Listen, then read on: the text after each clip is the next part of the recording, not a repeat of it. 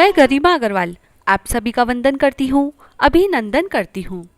आइए आज हम जानते हैं कि पीपल की 1 साल की बाती जलाने का नियम कब और कैसे लिया जाता है। माना जाता है कि पीपल में सभी देवी देवताओं का वास होता है और इसकी पूजा करने से कई तरह के लाभ होते हैं।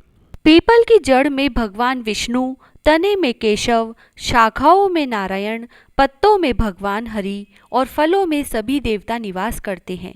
पीपल का वृक्ष भगवान विष्णु का स्वरूप है। महात्मा इस वृक्ष की सेवा करते हैं और यह मनुष्य के पापों को नष्ट करने वाला है।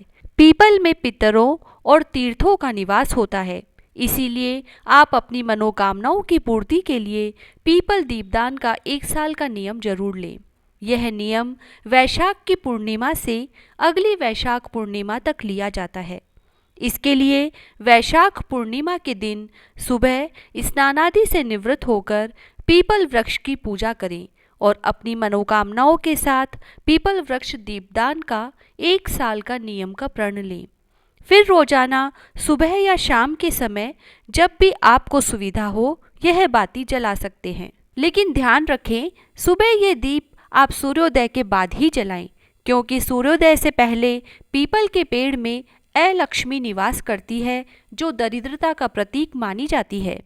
इसीलिए सूर्योदय के बाद ही पीपल में दीप जलाएं तथा रविवार के दिन पीपल में जल न चढ़ाएं तथा पीपल को छुए बिना ही दूर से केवल दीप जला दें। और यदि आप शाम को दीप जला रहे हैं तो सूर्यास्त के तुरंत बाद पीपल दीपदान करें। अब हम जानते हैं कि पीपल की बाती कितने तार की बनाएं। पीपल की 13 तार की 13 बाती की एक बाती बनाई जाती है। इसके लिए कच्चा सूत लेकर 13 तार की एक बत्ती बनाएं, फिर ऐसी 13 बत्ती बनाकर उनको मिलाकर एक बत्ती बना लें।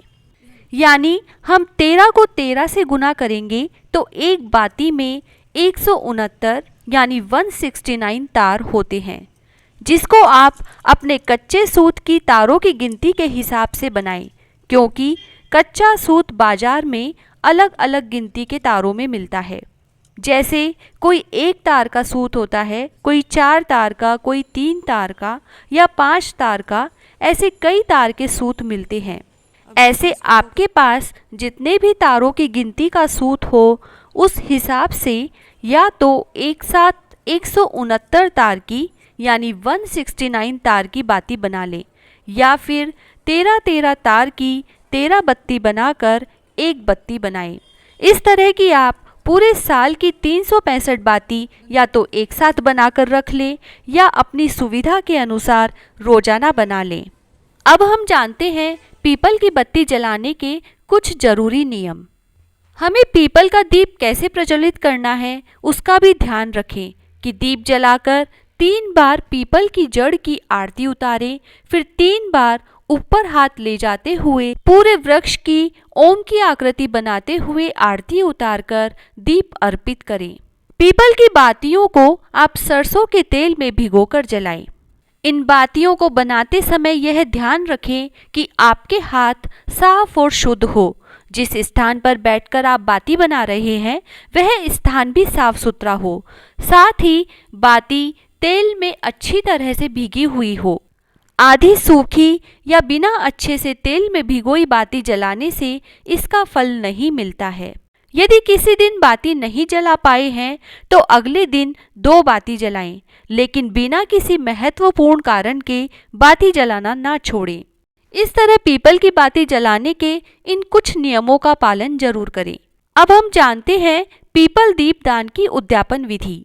इसके लिए जिस वैशाख पूर्णिमा को आपका यह नियम पूरा हो रहा है उस दिन 1, 5 या 13 ब्राह्मणों को अपनी श्रद्धा तथा सामर्थ्य के अनुसार भोजन कराएं।